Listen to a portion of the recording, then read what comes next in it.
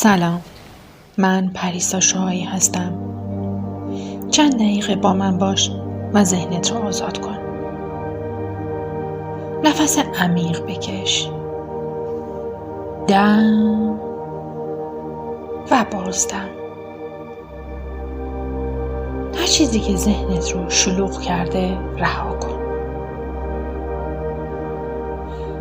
حالا فقط حضور در همین لحظه مهمه.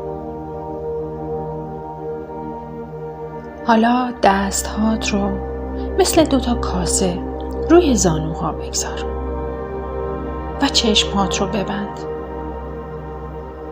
و نفس عمیق بکش. دم و بازدم.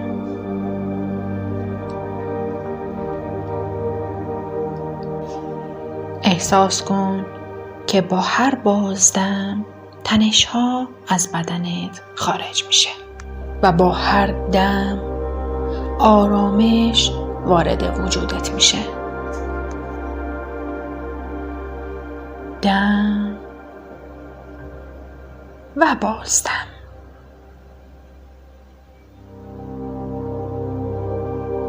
در این لحظه هیچ کاری لازم نیست انجام بدی.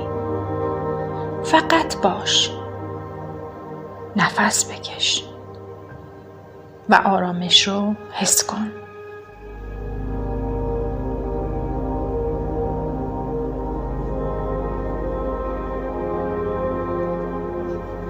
اگر آماده ای با من چند نفس آروم بکش و حس کن که آرامش از درون آغاز می شود.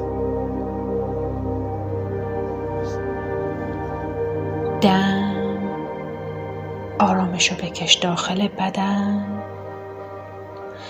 بازدم تنش ها رو از بدنت خارج کن. دم عمیق و بازدمی عمیق‌تر.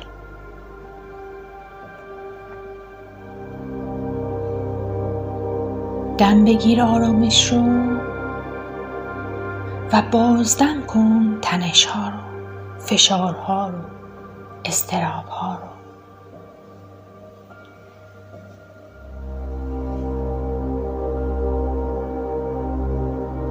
با هر دم و بازدم آروم آروم تر شو.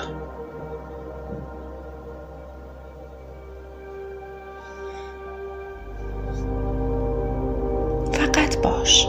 نفس بکش و آرامش رو حس کن.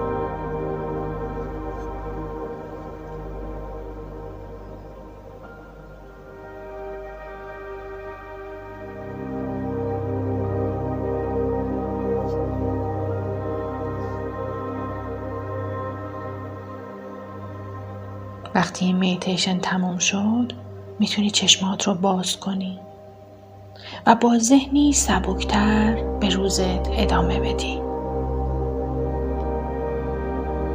اگر این صدا بهت کمک کرد لطفاً کانال من رو دنبال کن.